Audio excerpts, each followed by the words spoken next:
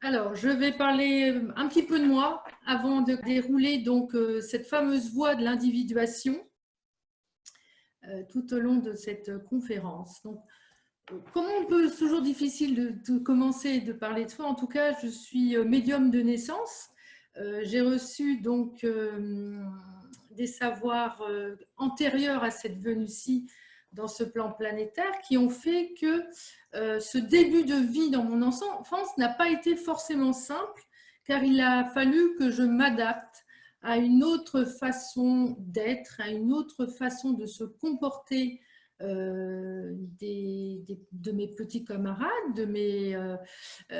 des adultes, bien sûr, mais là, il y avait le fossé aussi de la génération, mais en tout cas, déjà au niveau des petits camarades, qui a fait que déjà, je me suis dit, j'ai été forcée pour m'adapter de comprendre comment fonctionnait l'autre. Quel était l'angle de caméra de l'autre personne pour comprendre comment elle me voyait. Et c'est parti de là. Bon, j'ai eu effectivement ce qu'on appelle des expériences métaphysiques avec l'invisible, donc qui m'ont confirmé aussi les choses par la suite. Et, si on en reprend une qui est assez prégnante, c'est, je me souviens parfaitement avoir choisi ma famille d'accueil, c'est-à-dire de façon métaphorique, carrément un survol de l'endroit et du choix de ma mère et de mon père. Donc ça, c'est une image qui est gravée à jamais en moi, qui je pense, ne partira pas. Donc c'est ce genre d'expérience et ma grande sensibilité qui a fait que voilà, ben, j'ai dû apprendre le code de la terrienne, comment interagir sans se faire trop marcher sur les pieds, sans trop marcher sur les pieds des autres aussi parfois, parce qu'il y a une forme d'impulsivité qui peut être là, qui peut être aussi comme une forme de réaction pour trouver sa place. Et chemin faisant, j'ai malgré tout suivi des études classiques à l'université. Je suis entrée ensuite dans le secteur bancaire, vous voyez, pendant une quinzaine d'années, un petit peu plus, même parce que j'ai pris une charge d'agent général en tant que profession libérale, donc on va dire 18 ans. J'ai été dans le monde de la finance et bien loin de mes aspirations et de mes dons, entre guillemets, je dirais. Et puis à un moment, j'ai tout arrêté, j'ai fait un bilan de compétences, j'ai suivi des formations. J'avais une grande soif de mettre en pratique tous ces contacts que j'avais avec des êtres, mon équipe céleste en fait. Mais j'ai voulu cadrer parce que je voulais pas, je voulais quand même acquérir une forme de crédibilité parce que l'idée c'était, ça a pris des années bien sûr, c'est de dire mais ok, pourquoi les gens vont venir me voir? Qu'est-ce que je peux avoir plus que les autres? Qu'est-ce qui va les intéresser chez moi, etc. Donc, j'ai suivi, comme on parlait de comprendre comment l'autre fonctionne dans sa psyché. J'ai commencé par faire un cursus de coach professionnel. Donc là, c'était très cadré. Donc, c'était de l'accompagnement au bilan, c'était des choses entreprises. Et de là, j'ai poursuivi sur un cursus de maître praticienne en énéagramme. Et on va en parler de l'énéagramme, puisque c'est une science extraordinaire, à la fois de compréhension des lois de l'univers, mais surtout, puisque là on est dans cet axe un peu plus du fonctionnement de l'être humain, du fonctionnement dans la relation à l'autre, dans la relation avec la mère, le père, la fratrie et les autres au sens large. Donc j'ai poursuivi par tout un tas en cabale aussi, de référentiels de naissance. Évidemment, le tarot, les oracles, tout ça, ça fait partie de mon univers. Tout ce qui peut en fait être un lien pour comprendre l'invisible, comprendre quelles sont ces interfaces, cet espace-temps, pas vraiment palpable. Bien sûr, il y a le ressenti, ce qu'on appelle la clairsensitivité, la clairaudience, la clairvoyance, bien sûr, tous ces dons justement supérieurs de l'être qu'il nous faut développer, et on verra qu'il y en a 7, en plus de nos 5 sens de base, pour justement arriver à notre ADN complet qui contient 12 brins d'ADN, puisqu'on a été pour la plupart redimensionnés pour répondre à un agenda particulier, un agenda terrestre et sociétaire.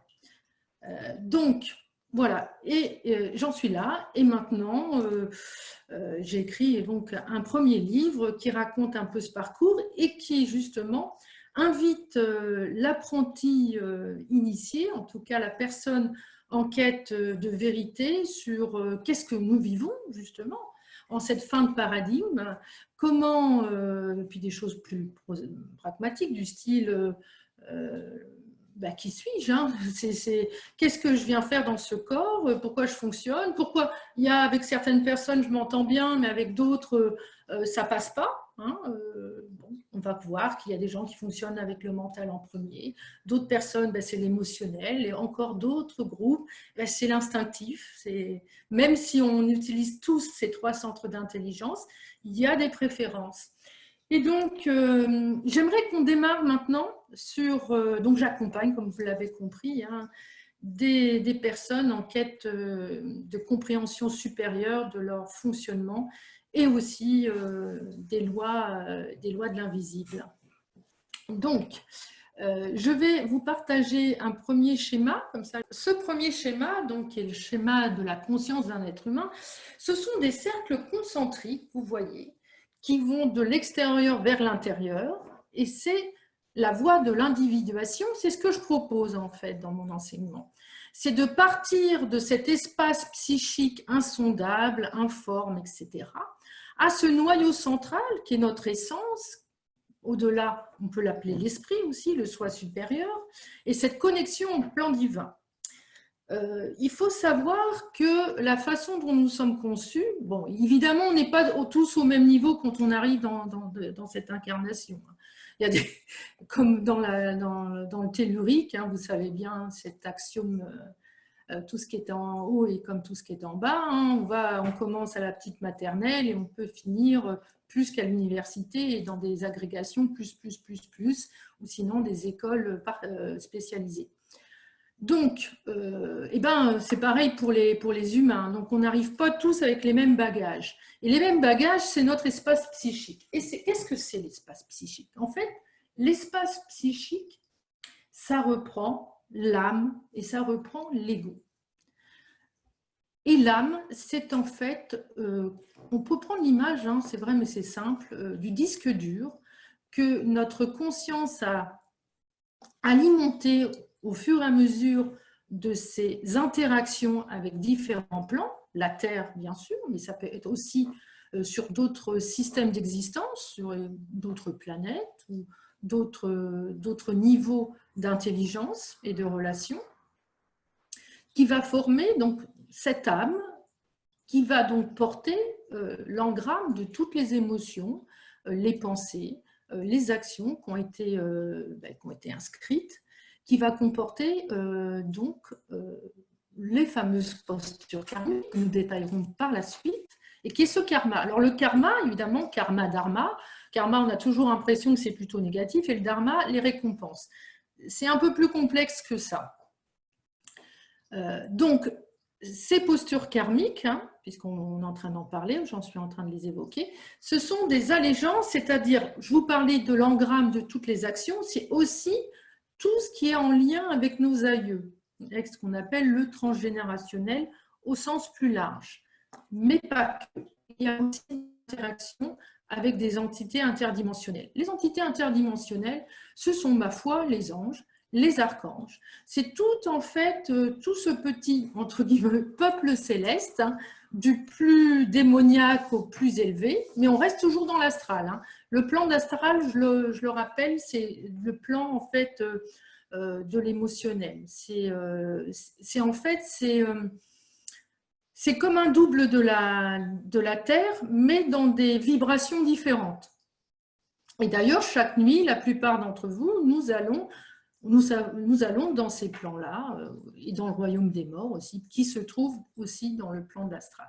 Je reviens sur mon karma, avec ces entités interdimensionnelles. Donc, ce karma que nous portons dans cette âme va faire un blocage pour aller vers l'essence, c'est-à-dire notre esprit. C'est un blocage, c'est-à-dire que c'est comme un barda. Il va falloir aller savoir ce qu'il y a dans ce fameux barda, dans ce sac à dos, pour aller regarder, observer quels objets il y a dans ce sac à dos, qu'est-ce qu'on porte et qu'on aimerait bien se défaire pour être un peu plus léger, pour pouvoir marcher plus vite. Vous voyez, hein, si on prend cette image du marcheur qui va sur la montagne, qui va ascensionner, et ben, plus il est léger, évidemment, plus il y a de chances qu'il arrive au bout, sur le toit de cette montagne. Et puis, il y a autre chose. Le karma, donc je viens d'en parler, il y a l'ego. L'ego, c'est dans la partie incarnée qui va devenir visible. Là, on va dans la matière, la personnalité. Et je ferai juste un petit jeu de mots qui est assez drôle. Regardez personnalité. Si on le met dans la langue des oiseaux, ça fait personne-alité. Donc horizontal. Alors qu'on sait bien que c'est la verticalité, c'est le fait de se redresser, de pouvoir accéder à la source et de pouvoir être dans son centre conscient, que nous pouvons activer nos énergies multidimensionnelles. Donc déjà, on se doute que c'est un mot qui recouvre des choses pas très sympathiques. Donc l'ego, qui en fait derrière, c'est quoi l'ego? En fait, c'est des magmas, c'est pareil, c'est des accords avec des forces. Tous les génies de la Kabbale, que ce soit la Kabbale chrétienne, également hébraïque, en fait, reprennent tous ces petits êtres, on les appelle les 72 génies, versus bien, versus mal de l'autre côté, les bons et mauvais génies, qui font 144. Tout ça aussi sont des lois par rapport aux chiffres. Donc, ce sont ce qu'on appelle des agrégats négatifs. Ces agrégats négatifs, ça peut être, si on reprend cette métaphore du sac, ça peut être de petites bombettes, vous voyez, qui peuvent aussi éclater à tout moment. Et c'est ce qui va former la personnalité dans la matière. C'est comme ça qu'on va jouer un rôle dans ce système planétaire et qu'on va être reconnu comme ça, qu'on va être apprécié aussi, et qu'on va jouer en fait une partition que j'appelle la programmation karmique, parce qu'en fait les choses ont été prévues au préalable de cette fameuse incarnation, on va dire, de cette expérience planétaire, puisqu'on est encore dans l'expérientiel, mais on verra que l'être du futur, faudra qu'il sorte justement de cette expérience, parce que l'expérience, ça nous fait rejouer toujours un peu ces agrégats qui viennent, même quand on a des enfants, on va reporter en fait ces agrégats sur forcément de façon volontaire, vous l'avez bien compris. Ça forme ce qu'on j'appelle la cuirasse de protection, la fausse personnalité. Et vous voyez que pour arriver à l'essence, c'est vraiment la transparence. Et c'est la fusion entre le karma, l'âme, et l'ego qui va donner accès à l'esprit. Donc, si vous avez des questions, vous pouvez. Après, je passe à la suite. On va voir maintenant comment la personnalité se crée. Et on va mettre les postures karmiques. Donc, j'ai parlé de la personnalité, mais on va revenir tout de même sur ces postures karmiques. Donc, dans le transgénérationnel, tout ce qui n'a pas été débouclé lors de la présence de nos aïeux, il y a des esprits servants, appelons-les comme ça, qui vont en fait servir de lien avec le nouvel arrivant sur Terre. Parce que c'est comme des deals qui se font dans les plans astraux pour pouvoir déboucler en fait ces blocages ou ces non-expressions, ces choses qui n'ont pas abouti. Vous voyez, ces rêves ou ces projets qui n'ont pas pris corps dans la matière. Donc la personne décède, part avec ça, part avec ses rancœurs, part avec ses rêves, ses envies, ses attentes. Et puis tout ça, c'est pas perdu, vous savez. Toutes ces émotions, cette tension, cette énergie qui est déployée pour œuvrer dans un sens et puis ça ne fonctionne pas. Là, c'est récupéré par les plans, c'est reformaté. Et puis, à un moment donné, dans la descente alors de l'esprit, oui, via l'âme, dans ce petit corps, il va y avoir un nouvel arrangement pour que ce nouvel arrangement fasse avancer un peu plus les affaires de nos aïeux.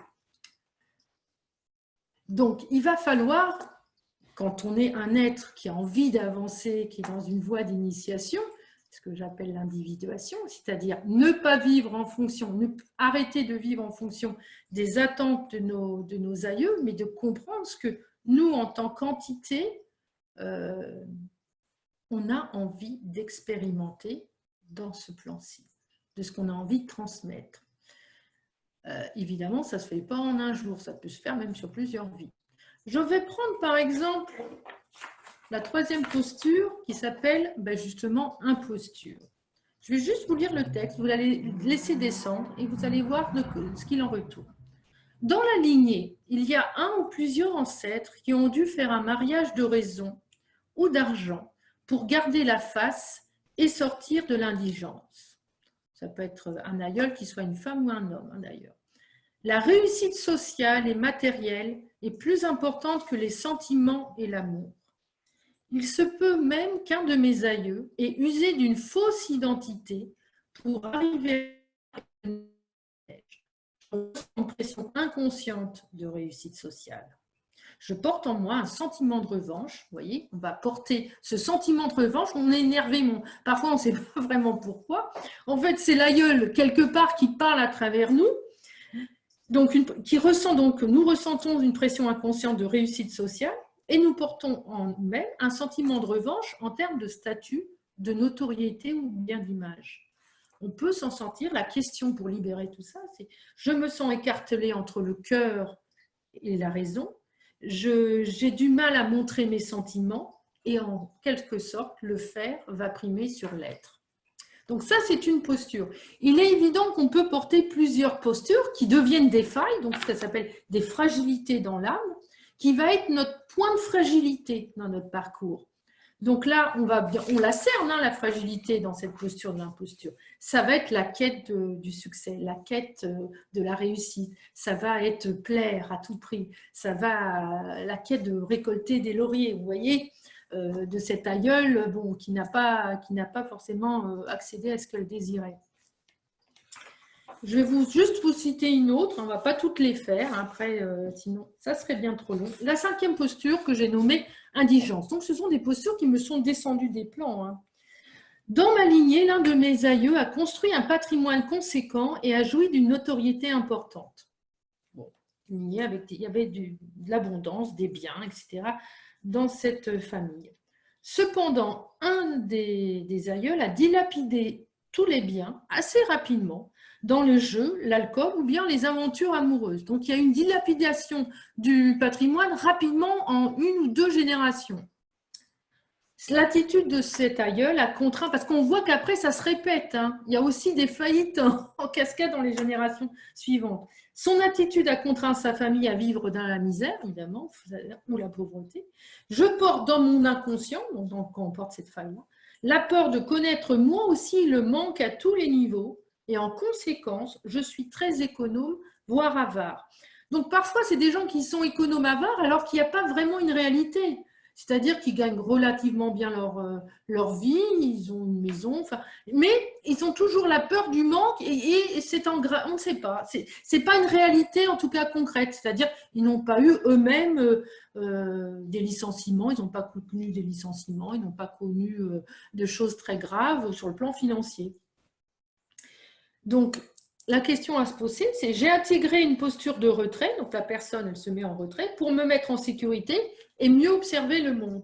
Et on va voir comment ces failles, donc là j'ai terminé avec la posture d'indigent, comment ces failles en fait vont avoir un impact sur la création de la personnalité.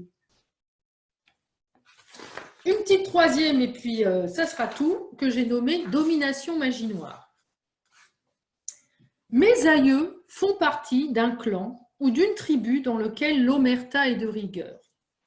Je pense à la Corse, forcément, mais pas que.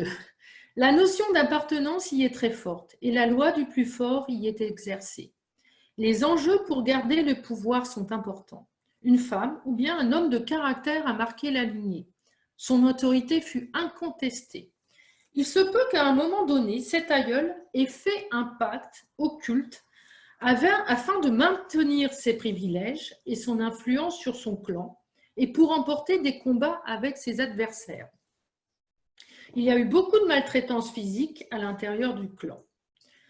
La question à se poser, si je suis sensible à cette faille, c'est: je porte en moi une soif de domination inconsciente, mal gérée, des ambitions de pouvoir.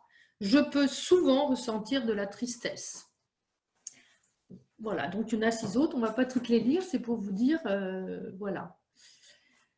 Donc ces failles, une fois qu'on arrive à les identifier, déjà, c'est déjà un premier, en interrogeant sa famille, en creusant, en recoupant, évidemment son ressenti, ça peut passer par les rêves, ça peut évidemment des prises de conscience, ça peut passer, vous savez, les informations, elles peuvent passer aussi par la voix d'une autre personne, c'est-à-dire que les intelligences, parfois, elles passent des messages par une tierce personne. C'est-à-dire que ce n'est pas la personne qui parle. D'un coup, elle va vous dire quelque chose qui vous concerne et ça va vous faire avancer dans la compréhension, justement, puisque là, on est sur les postures karmiques, de ce que vous devez libérer, en tout cas comprendre.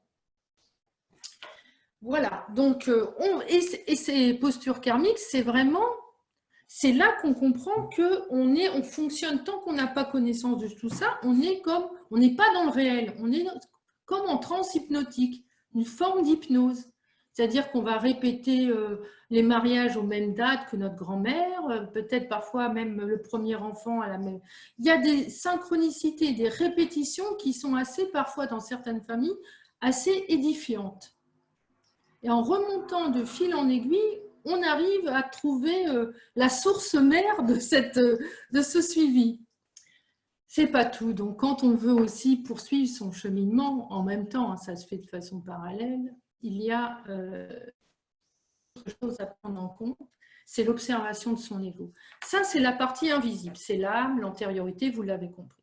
Après, il y a une partie visible dans l'incarnation, c'est la personnalité dont je parlais tout à l'heure, c'est comment on interagit avec les autres. Quelles sont nos qualités, nos défauts? Ça, on peut interroger parfois, quand on ne se connaît pas du tout au départ, on peut interroger les autres, hein, leur dire, c'est quoi mes 3 grandes qualités, par exemple? Ils vont vous dire, bah, tu es dynamique, tu es intelligente, enfin, ou tu es ce que tu veux, aimable. Voilà. Par contre, quels sont tes défauts? Bah, tu es souvent impatiente, etc. Et en collectant ces informations, vous allez comprendre l'image que vous projetez sur les autres, qui n'est pas forcément ce que vous ressentez à l'intérieur de vous-même. Il peut y avoir une dissociation. Et là, on va en venir à un angle très intéressant, c'est justement l'ennéagramme des personnalités. Quand on continue de cheminer sur ce chemin d'initiation et d'individuation, il est important de comprendre comment nous opérons de façon mécanique dans la matière. Dans le programme karmique, plus on est soumis à l'ego de sa personnalité, moins nous sommes en contact avec le réel. Et être en contact avec le réel, c'est devenir de plus en plus centrique, de plus en plus conscient, de plus en plus connecté avec ce fameux esprit qui va pouvoir enfin descendre parce qu'il y aura de la place, parce qu'il n'y aura plus que l'être mécanique, l'être animal. Alors, je ne suis pas la première à en parler. Il y a Gurdjieff qui en parle, hein, de l'homme mécanique avec les différents niveaux.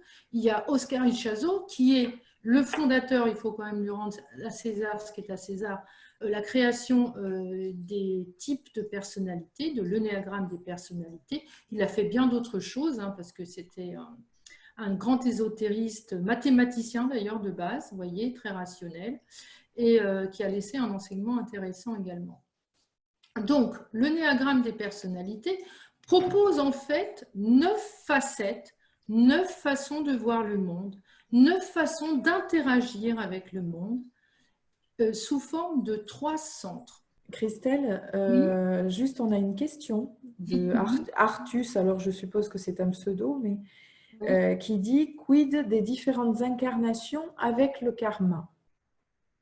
Quid des différentes incarnations avec le karma? Oui. Le karma, c'est les différentes incarnations. Parce que j'ai l'impression, dans ce que vous dites, que d'une part, il y a que les aïeux dans le karma, alors il y a les incarnations et aussi tout ce qui est héréditaire. Mais C'est pas que, voilà, j'ai l'impression que dans ce que vous oui, dites, il y a deux il y a que lignes. les, Là, je suis axée sur les aïeux. voilà, c'est Dans pour les que j'ai, incarnations, et vous savez, en fait, il faut comprendre que les incarnations ne sont pas linéaires, elles sont simultanées. Tout se passe en même temps. Parce que, voilà, comme vous le savez, le temps est une illusion, il est simplement une réalité au niveau de la matrice, mais dès qu'on part dans les temps astro, etc., il y a plus ce phénomène de temps chronos qu'on connaît. Donc, les incarnations, et puis aussi, il faut se méfier, il y a beaucoup d'illusions dans ce qu'on croit être, avoir vécu. Il y a aussi beaucoup de manipulation de l'astral. Pour l'instant, je ne vous ai pas encore dit ce que je pensais, mais notre venue sur le monde, c'est aussi un combat avec ces forces. Elles nous ont, en partie, elles sont même à la création, à l'origine de la création d'un certain type d'être humain. Donc, ce sont des intelligences extrêmement évoluées, qui ont des milliards d'années, si vous voulez, d'évolution par rapport au projet homme, parce que l'homme, l'être humain, est un projet qui a été oui, alors il n'y a pas que la génétique, hein, qui a été conçue par ces intelligences, et de ce fait, elles se croient aussi en droit d'interagir aussi dans notre développement. Et certaines, parce qu'il y a eu plusieurs phases, hein, et certaines, en fait, observent et bénéficient en partie de nos émotions et de nos énervements et de nos difficultés. C'est pour ça qu'il y a tant de souffrance sur la Terre, hein, il suffit de regarder. Hein. Alors, tout le monde ne vit pas de la souffrance, c'est pas ça, mais il y a une souffrance à différents niveaux qui va alimenter. Donc, l'impression des incarnations qui sont individuelles, c'est parfois, c'est pas toujours, mais c'est parfois une illusion qui est manipulée par ces plans. Vous voyez ce que je veux dire? Pour appuyer sur la fierté, appuyer encore sur une des facettes égotiques. C'est donc il faut faire très attention avec quand vous allez voir des médiums qui vous disent vous avez été ça, etc. C'est beaucoup de manipulation d'astral. C'est beaucoup ça. oui, je suis d'accord. Bon, là. Après, ça peut aussi parfois, même si c'est pas tout à fait juste, appuyer, comme je le disais tout à l'heure, ils vont recevoir des messages qui peuvent être en lien avec votre propre équipe et qui peuvent vous faire avancer. Donc, mon discours, il n'est pas de dire c'est tout du flou, c'est toujours pareil, c'est un discernement qu'il va falloir acquérir pour ressentir ce qu'il y a de juste, de ce qui est faux, qui ne vous concerne pas. Je vous parlais donc de l'énéagramme des personnalités. Donc, c'est un angle qui propose en fait 9 fixations, 9 façons d'être dans le monde. Donc, on l'appelle le chercheur, on l'appelle Oscar Ichazo dont je vous ai parlé. Le perfectionniste, l'indépendant, on l'appelle aussi l'indépendant altruiste, le frimeur ou le battant, il y a différentes appellations. Le raisonneur pour le 4, on peut l'appeler aussi le rêveur aussi. L'observateur pour le point 5, l'aventurier, le loyaliste, le loyaliste ou l'idéaliste, aussi il y a différents. Donc l'aventurier, l'idéaliste, le moraliste et le chercheur. Je suis partie dans l'autre sens. Donc, autour de cette roue, on va s'intéresser aussi derrière à la géométrie. Vous voyez qu'il y a un triangle. Ce triangle, qui représente la loi de 3, va prendre appui sur 3 centres d'intelligence. Le premier, le chercheur, va dépendre du premier centre qui est de l'instinctif, qui est lié à l'instinct de conservation et qui correspond aux premiers besoins vitaux, entre le moraliste, le chercheur et le perfectionniste. Le deuxième centre d'intelligence, il est là.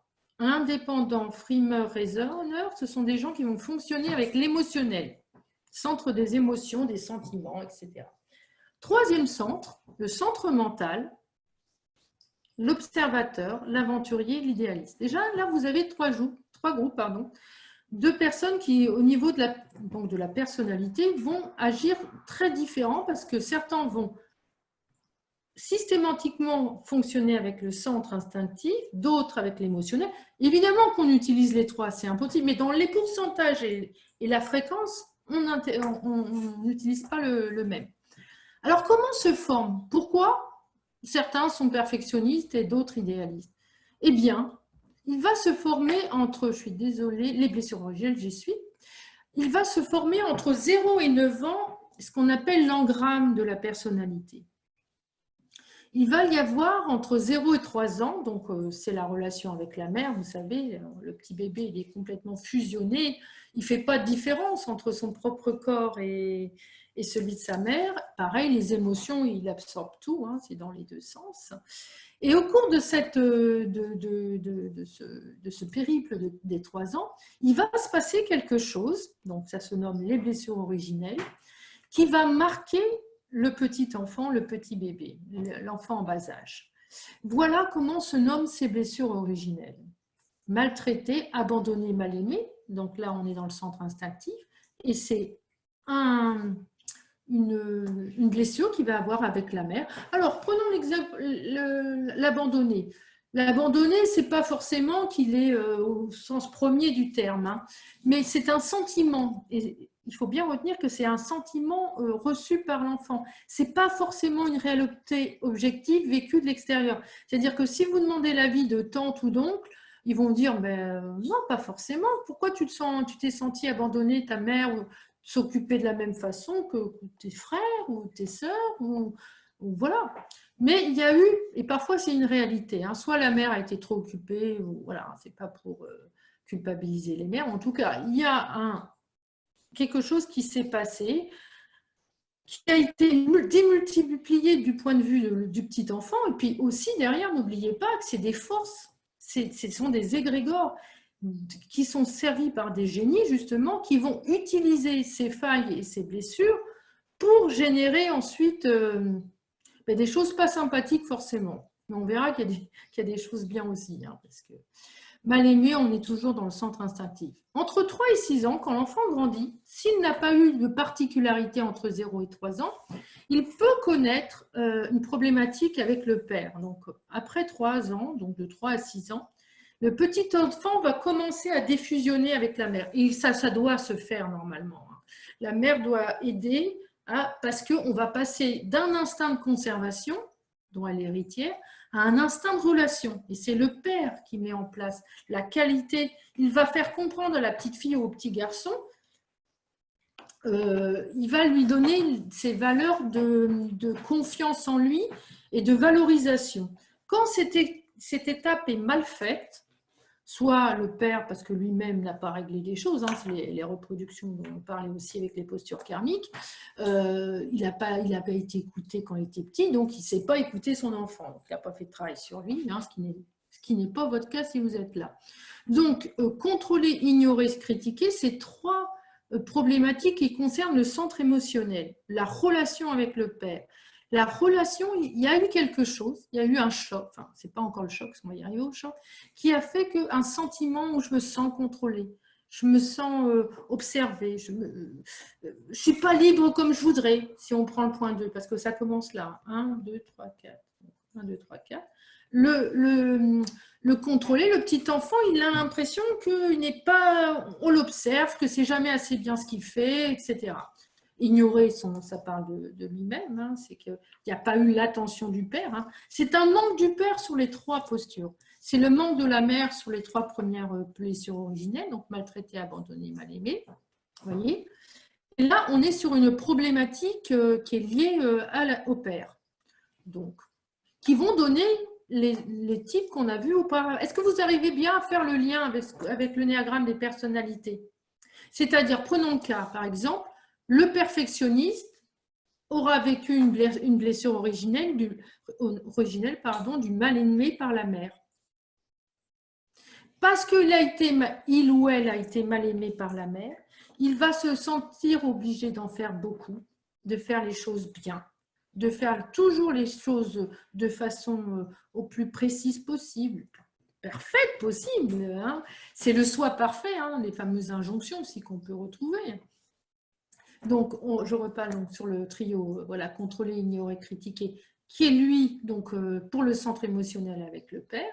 Critiqué par le père, ça va faire le raisonneur du point 4, vous voyez?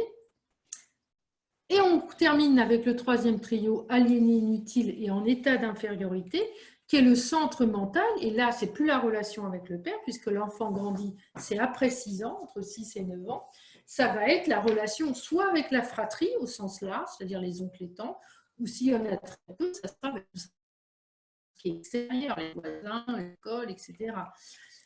Donc, et pareil, il y a une blessure qui va se mettre en place de l'aliéné, c'est-à-dire que le sein qui va se trouver étouffé dans ses émotions. C'est l'impression qu'on lui en demande trop, vous voyez, et parce que là, c'est une problématique émotionnelle, puisque là, on est dans le centre mental, hein, voyez-vous.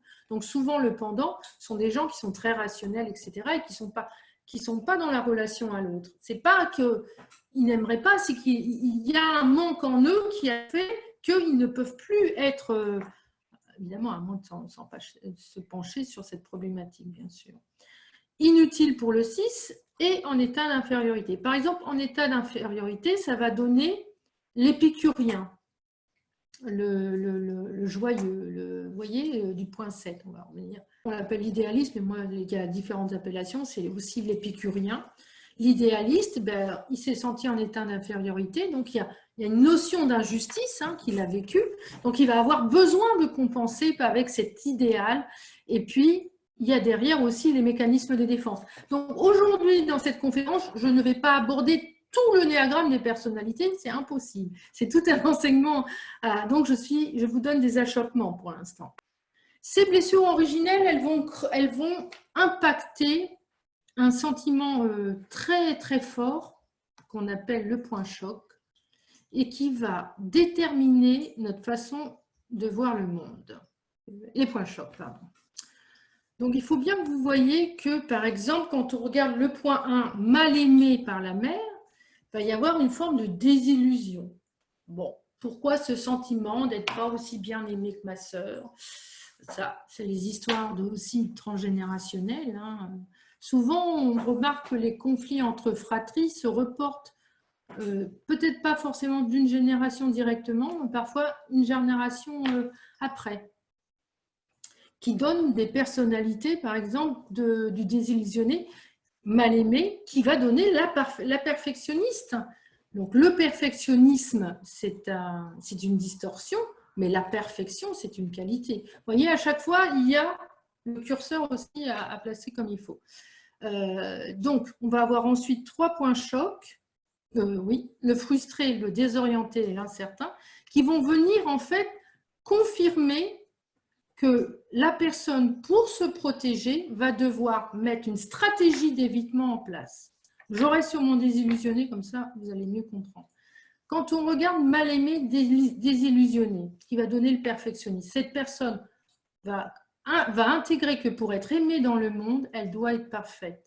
Et que son mécanisme de défense qui va se mettre automatiquement en place, ça va être l'évitement de l'erreur. L'évitement de l'erreur. L'erreur, ça va être vraiment la chose. Alors ça, si vous voulez, ça va faire 9 rôles en fait.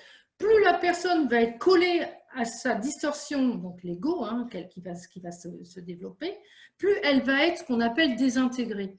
Donc l'idée, c'est plus on s'observe dans sa façon d'agir, d'arriver à voir quel est le point choc, la faille, la blessure, on fait des grands pas parce qu'à chaque fois que l'ombre va essayer de vous prendre, vous allez dire stop.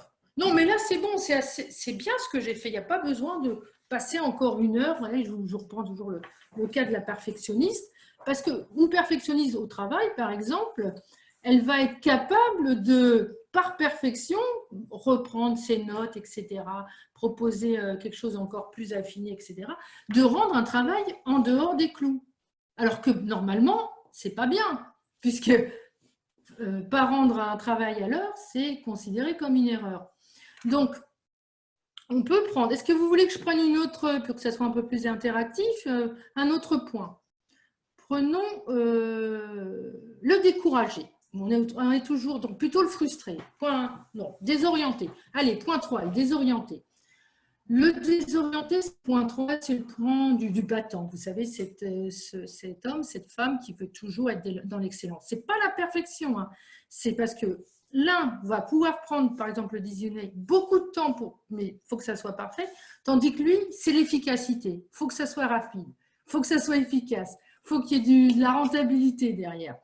Donc, la blessure avec le père, parce que c'est par rapport au père, hein, si vous vous souvenez bien, qui va donner donc la blessure originelle de l'ignorer, parce qu'il a été ignoré par le père dans ce qu'il faisait, ça va lui faire perdre ses repères, il va se sentir désorienté. Et tout ça, ça va le suivre toute sa vie. Toute sa vie, tant qu'il n'en aura pas pris conscience, il va mettre en place ce que je vais nommer une transhypnotique. C'est-à-dire qu'il ne va pas être en phase avec le réel. Il va être soumis La transhypnotique. Oui, transhypnotique. Sous hypnose, hein. L'hypnose, c'est basé, c'est les différences d'état de conscience en hypnose, c'est basé là-dessus. Hein. Quand on est sous la domination de son ego, de sa fixation égotique, on est en hypnose. Par exemple, on va prendre le point de la personne alors la personne numéro 2, c'est l'indépendante altruiste. Elle n'aime pas déplaire, donc elle veut toujours être aimable. Elle se met au service des autres, etc. Donc pour elle, par exemple, le challenge, ça va arriver à dire non, mais le dire de façon circonstancée, pas de façon impulsive. Hein. Ça va être d'apprendre à prendre plus de temps pour elle, justement, de s'occuper de ses propres besoins, parce que sur le point 2, frustré, qu'on a vu, contrôler et frustrer, ça va être apprendre à s'occuper d'elle avant les autres. Parce que ce qu'il faut voir derrière, parce que quand on dit indépendant altruiste, ça a l'air super. Oh, l'altruisme, vous savez que c'est une valeur qui est très mise en avant dans les sociétés judéo-chrétiennes. Et il y a du bon, attention, il y a du bon. Mais ce que je veux vous montrer, c'est quand c'est mécanique et c'est imposé depuis la petite enfance comme une façon de réagir et que la personne n'a pas le choix de faire autrement, elle n'est pas dans le réel, elle n'est pas dans son essence et l'esprit ne peut pas descendre. En tout cas, c'est l'âme qui fonctionne en circuit continu. Vous pouvez me poser une question là parce que là, non, pas de question. Alors, pour l'instant, non, pas de question. D'accord. C'est clair.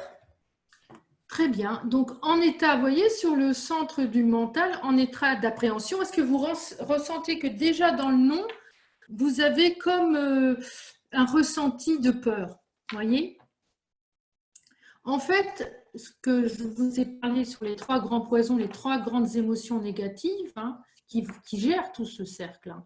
Là, vous avez l'émotion de tristesse pour abattu, découragé, désillusionné. Là, vous avez l'émotion de colère, frustré, désorienté, incertain. Et là, vous avez l'émotion de peur, agité, en état d'appréhension et en manque d'assurance. Donc, quand on cherche sa fixation égotique, un des premiers, c'est quelle est l'émotion que je manifeste le plus souvent? Est-ce que c'est la tristesse? Est-ce que c'est la peur? Est-ce que c'est la colère? Et on gratte, et on se remet, et on s'observe. Évidemment que le curseur du mécanisme de défense, il se met en place quand il y a un stress plus important. Quand les choses se passent à peu près bien, on peut ne pas s'observer de façon facile. C'est quand il y a un stress, on est obligé de faire vite les choses, etc., que ça se manifeste davantage. Alors, donc j'en suis sur la personnalité. Ok. Donc l'idée, c'est d'aller vers la vertu. Et tout ça, c'est ce qu'on appelle les 9 passions. Et derrière les passions, pareil, ce sont des intelligences. Tout ça, ça part de l'invisible. Hein. Ce qu'il faut comprendre, c'est que nos comportements extérieurs, elles sont conditionnés par des forces extérieures. Et ça c'est quelque chose. Notre combat, il est avec ces forces. Alors, parfois, elles sont nos alliés, hein, puis entre elles, il y a une hiérarchie aussi. Et souvent, c'est plutôt pour nous desservir. Donc, plus on va aller se mettre d'égal à égal avec ces forces, plus on va prendre du pouvoir sur nous-mêmes. Parce que la voix, c'est la souveraineté derrière. Je ne l'ai pas encore prononcé ce mot-là. Mais vous allez devenir souveraine et souverain quand vous allez maîtriser ces forces intérieures. dont certaines viennent du transgénérationnel, mais comme disait Madame aussi, des entités extérieures, des intelligences, hein, les fameux, voilà, hein, la Bible parle de démons, etc. Mais tout ça, en fait, les noms sont différents, mais sachez que c'est la même chose. C'est tout. Et les vices, parce que derrière, il y a 9 passions, donc on va retrouver la colère, la peur, l'intempérance, la luxure, etc. On a tout le voit, l'avarice. On va retrouver dans les 9, ces 9 passions, en fait. Et dans le pendant, quand on va faire ce fameux cheminement d'initiation, c'est qu'on va aller vers la vertu. La vertu exacerbée va donner une voie d'éveil. Donc, la voie de la perfection, c'est ce que je disais, le perfectionnisme était d'une distorsion. Quand la personne ne peut pas gérer cette mécanicité d'être le plus précis possible, de passer beaucoup de temps et de ne pas savoir équilibrer les choses dans sa vie par rapport à du temps à passer de façon différente, elle devient un robot. Est-ce que vous voyez que la notion de robot, en fait, c'est quand la personne... C'est pour ça que dans l'humanité que nous vivons, vous ne pouvez pas dire, quand vous regardez, les gens agissent surtout en ce moment de façon, par rapport à la peur, de façon très différente. Moins une personne est évoluée, plus elle fonctionne de façon mécanique. Ce qu'il faut bien savoir qu'il y a des groupes d'êtres qui fonctionnent avec une âme collective. Je ne vais pas vous choquer, là, ça va, il n'y a personne qui répond. Il y a des êtres qui n'ont pas une âme individualisée. Donc, quand ces êtres-là, après, ils vont évoluer hein, avec les éons, etc. C'est pas ça. Mais c'est pour ça que quand on est dans une voie, on ne peut pas se comparer aux autres. Voyez ? Prenons par exemple la voie de l'harmonie. La voie de l'harmonie, c'est le point 4. Derrière, c'est le romantique, c'est l'observateur, c'est la personne qui veut vraiment mettre de l'esthétisme dans sa vie. Si vous vous souvenez bien, c'est le critiquer. On va revenir, hein, parce que vous pouvez essayer les liens, parce que c'est pas évident, hein, comme le raisonneur. Le raisonneur, aussi le rêveur, le romantique, c'est différent. Le raisonneur, donc, il a eu aussi sa blessure avec le père. Souvenez-vous, c'est le critiquer. Blessure originale du critiquer par le père. C'est-à-dire qu'il a l'impression qu'il n'a pas été compris. C'est un être qui n'a pas été compris. C'est quelqu'un qui fonctionne avec l'émotionnel. Ce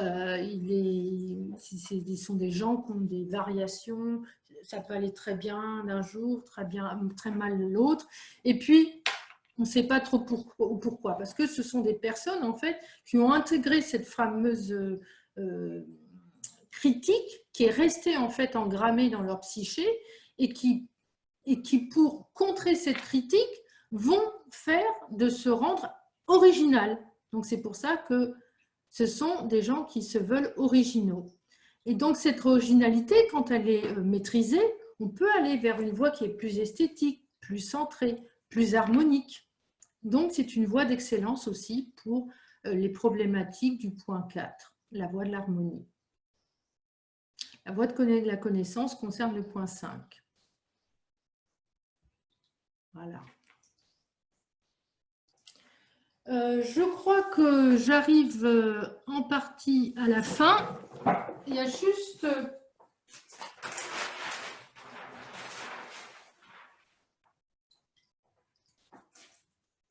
Donc, tout ce cheminement, en fait, va faire que vous allez dégager et observer à chaque fois que vous êtes prise par ce mécanisme de défense, on va pouvoir reprendre les 9. Il y en a, voilà, on a parlé de l'évitement de l'erreur. Là, ça va être l'évitement pour le contrôler de reconnaître ses propres besoins.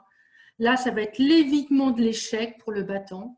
Là, ça va être l'évitement de la banalité, vous voyez, d'être comme tout le monde, puisqu'il va être orienté original. Ça va être l'évitement de se sentir intrusé, de se sentir, oui, pas attaqué, mais oui, intrusé, chose qui me vient. La blessure d'inutile, c'est la peur, hein, c'est l'émotion de peur, on est dans l'émotion de peur là.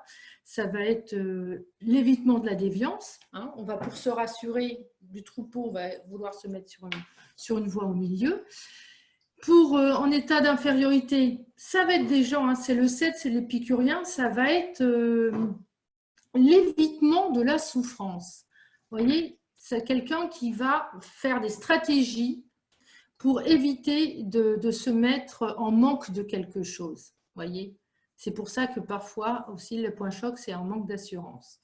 Le maltraité, alors là, c'est le maltraité, c'est le point 8. Hein, c'est le petit enfant avec la blessure par rapport à la mère qui a eu l'impression de ne pas avoir été traité de façon équitable, comme ses frères et sœurs, d'avoir été un peu malmené. Donc lui, pour résister dans la vie, il va comprendre qu'il doit être fort. Et de fil en aiguille, de toujours vouloir être fort, eh bien, c'est l'évitement de la faiblesse. Hein.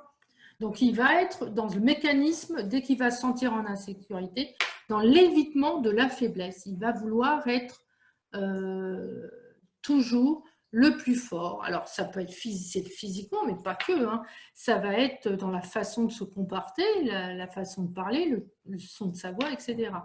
L'abandonné, notre point 9, qu'on appelle le médiateur ou le chercheur, selon les écoles, eh ben, il s'est senti abandonné par sa mère, donc ça va être l'évitement de se mettre en avant.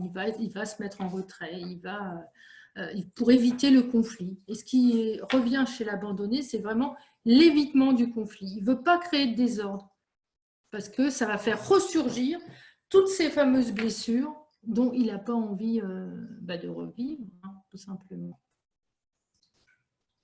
Christelle? Oui.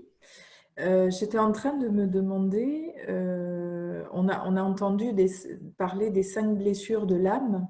Oui, de Lise Bourbeau. De Lise Bourbeau. Là, je vois que vous êtes descendu un cran en dessous, même peut-être 2, je ne sais pas.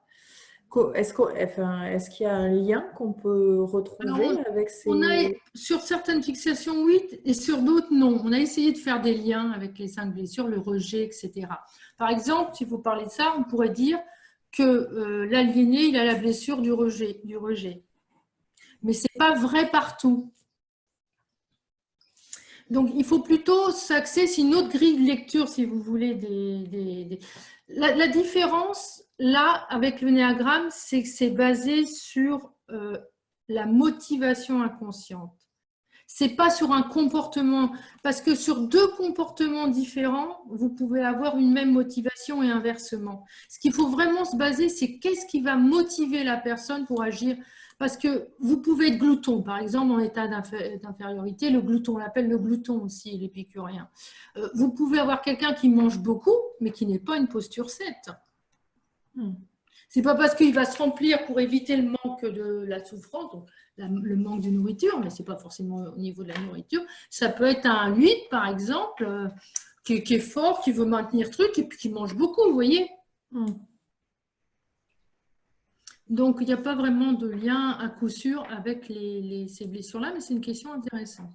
Parce qu'on a essayé aussi de les recaser. C'est comme les injonctions aussi, quand je vous disais « sois parfait, sois gentil », etc. On peut aussi les mettre, mais ça ne marche pas non plus de façon idéale. Ok, merci. Une fois qu'on a vraiment fait bien du nettoyage, parce que quand vous faites un nettoyage, vous avez des équipes qui changent autour de vous. Vous n'avez plus les mêmes forces et les mêmes intelligences qui vous suivent. C'est bien pour ça que d'une année sur l'autre, on peut prendre des plus grands décalages, de 5 ans à 5 ans, vous avez vraiment des gens qui changent, qui parfois, ils gardent un trait de caractère dominant, mais ils ont une autre palette de fonctions, d'attitudes, je dirais, ou même dans leur appétence, même dans leur choix, ils aimaient par exemple aller je sais pas, n'importe quoi, aller au cinéma, ils n'aiment plus y aller, voilà. Et donc, parce que le fait d'avoir évolué aussi, il y a d'autres équipes qui veulent prendre place autour de la psyché pour vivre de l'expérience planétaire. Et là, on le voit, c'est surtout dans les derniers avis de vie d'une personne. Il y a vraiment des grands changements, souvent, on va dire, dans la personnalité des personnes âgées. Et je ne parle pas d'Alzheimer. Alzheimer, c'est aussi autre chose, mais aussi un conflit d'entité dans la personne.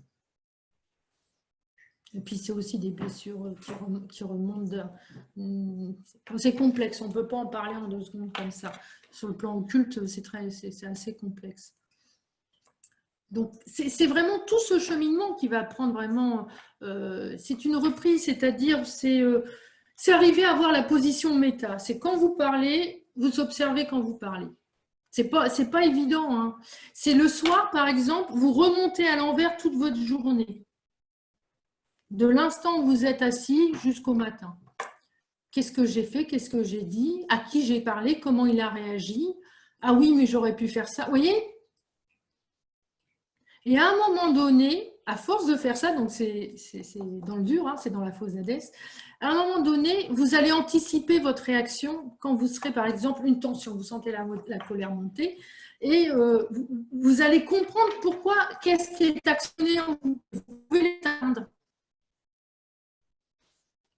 En fait, quand vous arrivez de plus en plus, vous allez avoir ce qu'on appelle des initiations, mais dans le dur, parfois, c'est même des présences qui peuvent se manifester. Hein, pour vous dire, ce sont ce qu'on appelle les gardiens du seuil. Les gardiens du seuil, ils vous observent. Vous êtes, comme je vous l'ai dit, observés par ces intelligences, mais ils ont aussi parfois certaines des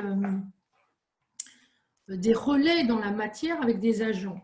Et à chaque fois que vous réussissez une grosse initiation, vous avez une manifestation dans la matière. J'en dirai pas plus parce que ça, c'est très personnel après. Puis ça peut… voilà, pas la peine. Avez-vous des questions?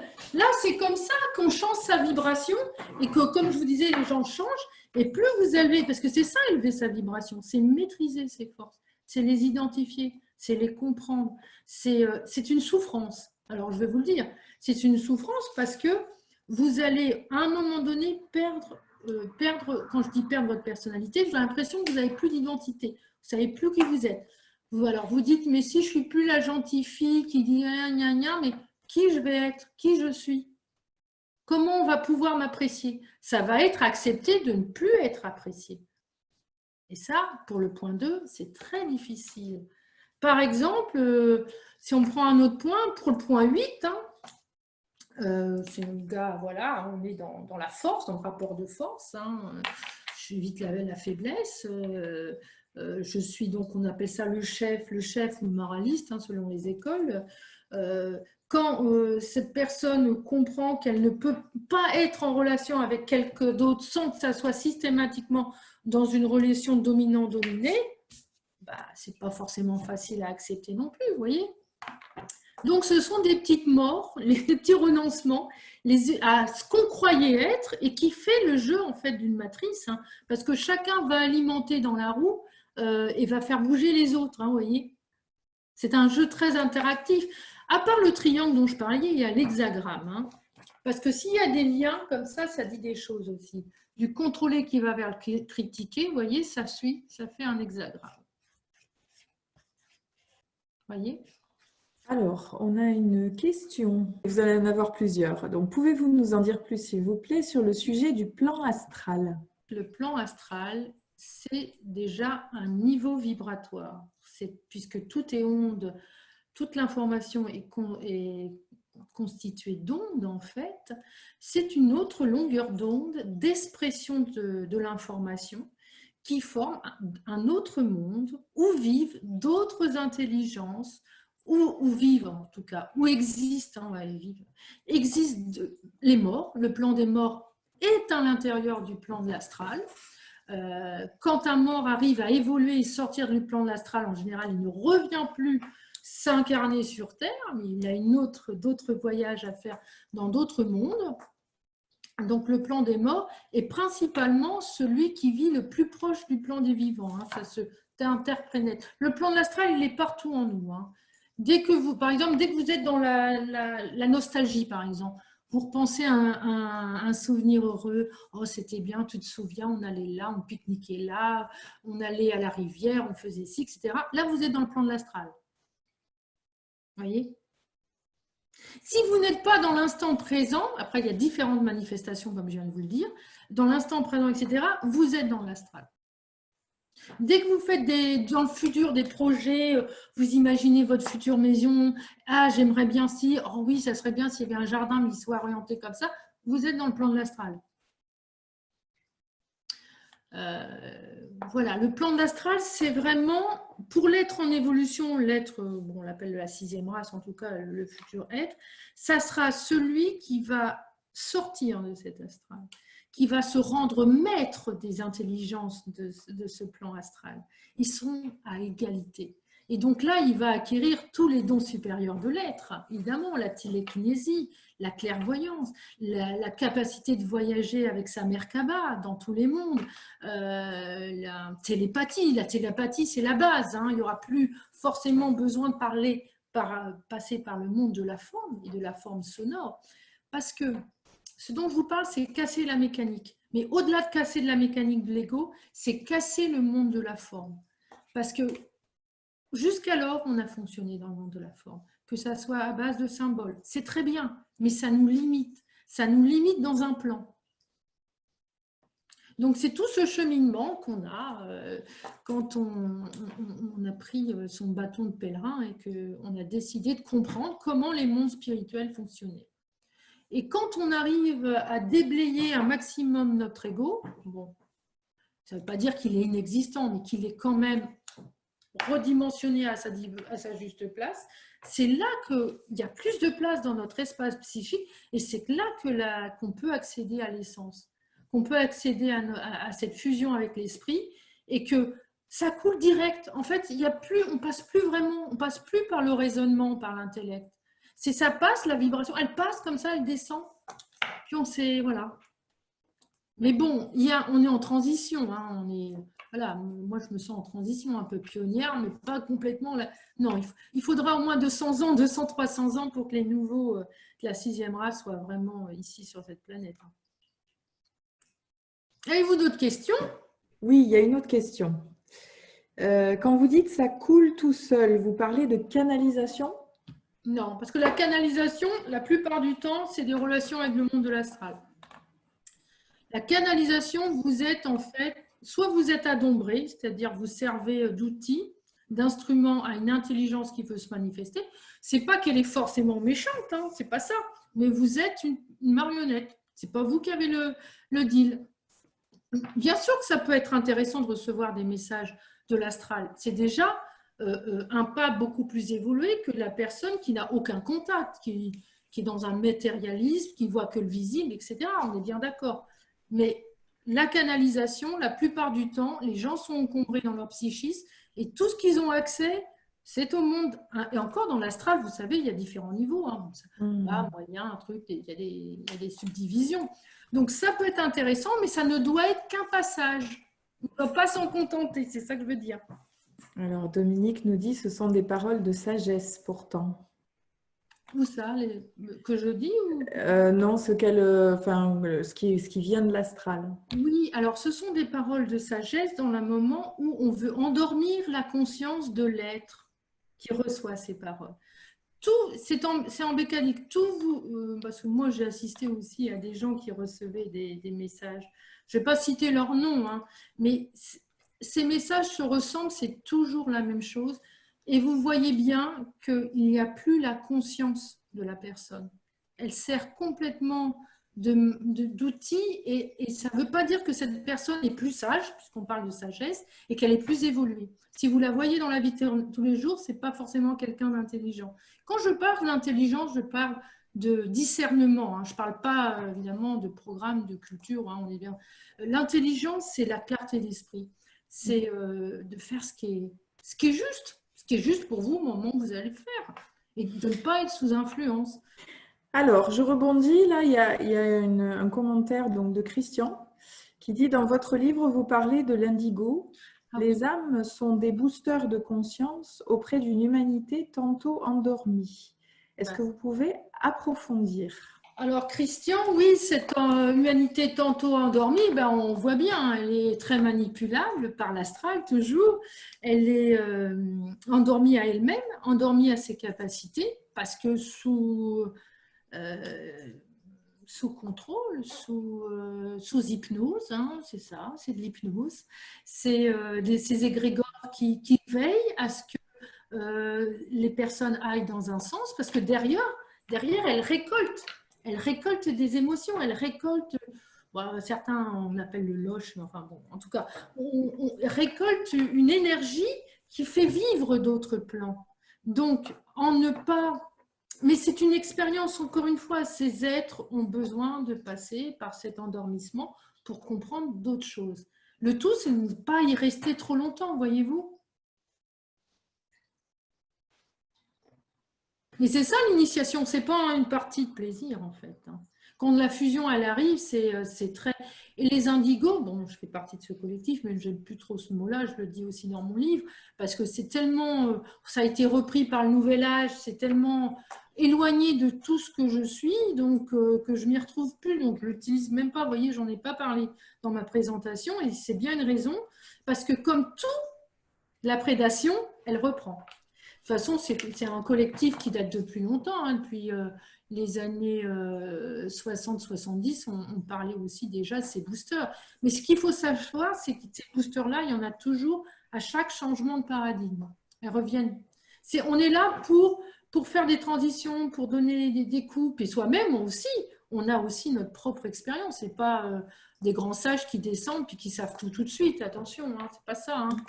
C'est pas ça du tout. Hein. Alors, je pense qu'en fait, on a du mal à saisir, parce que là, vous donnez un grand coup de pied dans la fourmilière, un petit peu quand même, ce qui est très bien. Hein. Néanmoins, là, on a Dominique qui dit, mais il existe bien des êtres, quand même, des êtres bienveillants dans l'astral, même dans l'astral. Oui, ça s'appelle le haut astral, et c'est ce qu'on appelle le paradis des religions. Donc, c'est le paradis des religions dans les 3 grandes religions du livre, parle de ces êtres, les archanges, les maîtres ascensionnés, les maîtres de lumière. Enfin, voilà, il y a différentes appellations, qui n'est pas exactement la même chose d'ailleurs, si on veut être très rigoureux. Mais bien sûr qu'il y a des êtres bienveillants, bien sûr. Il y a des êtres bienveillants, mais il faut rester dans le précaré. Oui. Voilà. Qui est on, en fait, demande Dominique. Qui est on? Ça dépend parce que je dis on, puis parfois je dis les forces ou les intelligences, je ne sais pas. Le on, ça peut être l'ajusteur de pensée aussi. D'accord. L'ajusteur de pensée, en fait, c'est comme notre double qui existe dans une autre dimension et qui va réajuster à chaque fois. Et c'est les chocs que ça crée pour que justement on soit le plus dans cette verticalité. D'accord. En fait, je pense que ce qui coince, c'est on est dans la dualité ici et on a besoin en fait de se faire une idée à peu près précise de ce qui est plutôt positif et ce qui est plutôt moins positif, on va dire, ou négatif. Et en fait, c'est ça qui est en train de chauffer un petit peu dans nos esprits. Ben oui, parce qu'on a besoin de se positionner bien. On a besoin de se positionner, exactement. On est encore soumis, moi-même, hein. On est dans cette polarité et c'est très dur d'arriver à cette centricité, dans cette neutralité plutôt, je dirais, dans cette neutralité, c'est-à-dire le grand cheminement que nous avons à faire, c'est de nous décolorer. Décolorer, ça veut dire enlever de l'émotionnel là où c'est pas juste. Ça ne veut pas dire ne plus avoir d'émotions. C'est pas ça que je dis. Okay. C'est-à-dire d'avoir des émotions à leur juste place. C'est pas faire du sentimentalisme dans le mental, d'inverser, de chaque chose doit être à sa place. D'accord. J'ai 2 questions encore. Donc une autre de Dominique qui dit, mais et par rapport à la vision quantique? Mais c'est le quantique ce dont je parle. L'invisible, l'impalpable, l'onde, le quantique, c'est le fractal. C'est de l'infiniment petit à l'infiniment grand. Donc, des lois de l'univers au plus petit être, tout se fonctionne en spirale et descend. Le quantique va l'expliquer avec d'autres mots plus savants, mais c'est ça. D'accord. C'est la vibration. Le quantique, c'est la vibration. Super, merci beaucoup. Et après, il y a Greg qui dit « Bonjour, j'ai fait des voyages astro pendant 1 an sans savoir ce que c'était. Je partais toujours du même endroit, une cour d'école avec un arbre, où j'étais au-dessus de l'arbre, puis j'ai appris à me concentrer pour diriger ma hauteur, ma direction. Et comment l'interprétez-vous » Ben, c'est une sortie du corps astral à partir du corps physique, oui. Il y a différentes façons de faire du voyage astral. il a fait c'est des voyages astraux, il dirige son corps astral dans le plan de l'astral en partant d'un point. Vous voyez, oui, généralement on le fait à partir de son lit. Donc, il y a des exercices qui préparent à ça en visualisant chaque objet de son lit, etc. De visualiser ce bras, par exemple, invisible qui va monter. Et à force de se concentrer, etc., et ben vous pouvez voir votre corps au-dessus. Oui. Mais la plupart du temps, ce qui est plus intéressant, c'est apprendre à diriger ses rêves et faire du rêve lucide aussi. Hein.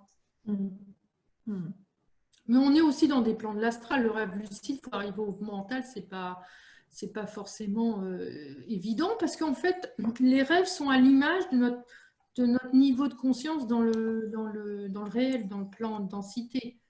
Parce que les règlements, c'est des ajustements qui se font dans les plans oniriques où ces fameuses intelligences viennent aussi participer à vos voyages, à vos rêves. C'est un peu la même chose presque. C'est-à-dire que le rêve, le voyage astral, il va être plus, on va avoir un peu plus la main dessus. Et un rêve que vous ne maîtrisez pas, c'est-à-dire pas un rêve lucide, et ben, vous êtes ballotté, mais vous êtes aussi dans l'astral. Donc on a Nicole qui nous demande, qui nous dit, c'est la voie du milieu qu'il faut prendre. On doit arriver au calme plat. Est-ce qu'il n'existe pas un autre monde que celui du terrestre et de l'astral, le jardin d'Éden par exemple? Le jardin d'Éden est encore en lien avec le paradis. Et c'est en lien avec le haut astral. C'est des intelligences qui sont très évoluées et qui sont encore dans ces strates. En fait, l'astral, c'est une illusion. Donc, vous voyez, c'est la différence de l'astral avec le plan mental, si on truc, et du supramental, donc qui sera encore au-dessus, c'est que là, c'est une projection d'illusion qu'on crée une réalité dans un autre monde. Est-ce que je m'exprime bien quand je dis ça? C'est à force d'avoir imaginé tout un tas de choses depuis que le monde est monde, sur ce plan de densité, que ça a créé ce monde-là. Mais il existe plein d'autres mondes. Le plan d'astral, c'est un plan, il y en a plein d'autres, jusqu'au plan bouddhique et au plan divin. Là, pour l'instant, je vous parle de plan d'astral, parce que les êtres humains ne sont que là-dedans pour l'instant. Mais l'être de la 6e race aura déjà... Certains êtres pionniers commencent, on a des interactions avec le supramental. Bon, il y a Bernard de Montréal, je vais le citer quand même, lui était un être qui, paraît-il, avait fusionné complètement, c'est ce qu'il nous disait dans ses conférences, donc au Québec, il est décédé en 2003, si je ne me trompe pas. Et Daniel Kemp aussi, qui est aussi dans cette veine-là, nous parle de tout ce monde supramental. C'est une vibration. Vous la reconnaissez chez quelqu'un, la vibration du supramental, parce qu'il n'y a plus vraiment, ça coule de source, il n'y a plus de réflexion. Donc, on peut l'être à certains moments, puis pas à d'autres, voyez. Et ça, on est amené à faire descendre ces cerveaux-là et à sortir justement... de la réflexion, de l'astral. Mais quand je dis sortir de la réflexion, c'est pas tout mettre dans le cœur et dire il n'y a que les émotions. Vous voyez, je ne suis pas en train de vous dire le mental c'est pas bien, et puis il faut aller dans les émotions. C'est pas ça que je dis. L'intellect, parce que l'être dont nous faites dans l'humanité actuelle appartient encore à la 5e race. C'est la race indo-européenne qui fonctionne encore avec l'intellect. C'est le mental inférieur.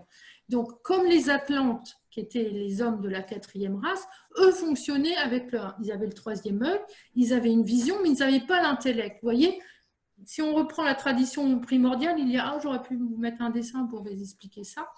On est dans le U, la barre du U, vous voyez, cette période qu'on appelle de Kali Yuga. Kali Yuga, oui, c'est ça. On est dans cette base prêt à remonter, mais pas encore, qui sera l'être de la 6e race qui aura atteint ces dons supérieurs dont je parlais tout à l'heure. Donc là, on est encore en train, pour la plupart, de fonctionner avec notre intellect et un émotionnel exacerbé. C'est le choix. Ok. Donc on a Nicole qui nous repose une question et qui nous dit « Il faut les deux ». C'est l'unité tête-cœur dont vous parlez. Oui, c'est ça. C'est la fusion des deux qui va donner l'accès à l'esprit. Ouais. c'est la fusion du mental, et qui va donner le mental supérieur, avec l'émotionnel supérieur. Parce qu'il y a l'émotionnel inférieur et supérieur. On le voit aussi dans le diagramme. Ok. Alors, juste pour parce qu'il y a Dominique qui est un peu déstabilisée, elle dit « ça me paraît super compliqué ». Et elle met en dessous le nom de quelqu'un qui s'appelle… alors, je ne sais pas, Dominique, peut-être activez votre micro si je dis des bêtises, mais Sri Aurobindo. Oui, je connais, bien sûr. Voilà. Sri Aurobindo, il est intéressant, c'est lui qui parle, qui aborde légèrement le supramental, mais avec ses mots à lui. Mais c'est le tout début.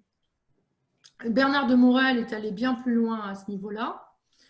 Sri Aurobindo, il fait partie des sages. On est encore bon, je dirais que c'est un enseignement qui mérite d'être approché, si c'est ça. Mais donc je ne pourrais pas en parler parce que je ne suis pas une spécialiste de Sri Aurobindo, mais de ce que je sais de lui, il a évoqué la descente du supramental, mais pas dans les termes supramental, dans les termes mental peut-être supérieur ou la pensée immédiate, ou je ne sais plus ces termes, mais… Alors, juste, moi, si je pouvais me permettre donc, de résumer ce que j'ai compris, en fait, donc, on voit grosso modo qu'on est au début de la route, hein, qu'on est tout juste en train voilà, d'émerger et de s'éveiller et de changer un peu de conscience, et que en fait, même en étant encore dans cet état d'éveil premier, débutant voilà, au balbutiement de l'éveil, il y a malgré tout certainement des moments où on est justement dans cette reliance tête-cœur. C'est peut-être pas constant, mais il y a quand même, je pense, encore des êtres, enfin, il y a déjà des êtres sur cette terre qui arrivent à certains moments à toucher cette reliance tête-cœur, je pense. Moi, je le vis parfois. J'ai des fulgurances que j'appelle, c'est la descente de l'esprit, mais je ne l'ai pas en permanence. Vous savez, c'est très souffrant parce qu'on vous écrase votre mémoire. Il n'y a plus de mémoire après. Donc, il faut y aller mollo aussi. Hein. C'est particulier. Hein. Mais ça… donc, le cheminement qui est proposé, qui a un aspect psychologique aussi, hein, même si le psychologique, c'est encore un peu l'ancien, mais c'est une guidance, si vous voulez, pour se donner des étapes et voir comment on avance. Parce que se dire tout de suite, moi, je veux que le supramental il descende, ça ne marche pas comme ça. C'est lui qui décide quand vous êtes prête à accueillir cette énergie, que vous avez fait de l'espace pour ça. Et puis, comme vous dites, hein, même là, moi, j'estime qu'il y a encore tellement des plans après à voir. Mais enfin, ce qui est sûr, c'est que quand on évolue, on n'a pas envie forcément de revenir sur ce plan terrestre. Enfin, bon, on est dans une initiation, quoi. On est dans une initiation, et comme toutes les initiations, il y a des étapes. Et voilà, et l'humanité en est à une étape. Après, il y a peut-être des individus dans l'humanité qui ont plus ou moins avancé dans cette étape. Oui, bien sûr. Mais malgré tout, il y a encore beaucoup de chemin. En fait, ce qu'il faut voir, c'est que votre expérience, elle est absolument individuelle. L'évolution se fait individuelle. Et on pense toujours que l'individuel colore le collectif, pas forcément. C'est-à-dire qu'on vit dans notre réalité et chacun va prendre les paramètres qui lui conviennent à un moment donné, même s'il vit parmi les autres, etc. Donc, c'est pour ça qu'il ne faut jamais juger de votre avancée par rapport à un groupe de personnes. C'est vraiment très, très personnel. Même quand on parle d'une initiation, hein, c'est toujours pour faire passer, en plus, avec les mots sont vraiment limités hein, par rapport à une pensée ou quand on est en télépathie. Donc, on se sent un peu frustré parfois de vouloir transmettre davantage, mais c'est comme ça. C'est comme ça. Ouais. Restons centriques, restons centrés et tout va bien se passer. Mais oui, il n'y a pas de raison. Il faut rester positif. En tout cas, merci beaucoup Christelle. C'était très intéressant et de partager justement d'autres idées, d'autres opinions, d'autres découvertes. Ça nous ouvre vers d'autres univers, d'autres possibilités. Et c'était très, très intéressant. Je vous remercie de m'avoir accueilli au sein de votre boudoir et avec plaisir de partager et d'entendre aussi vos retours. Ça me fait très plaisir.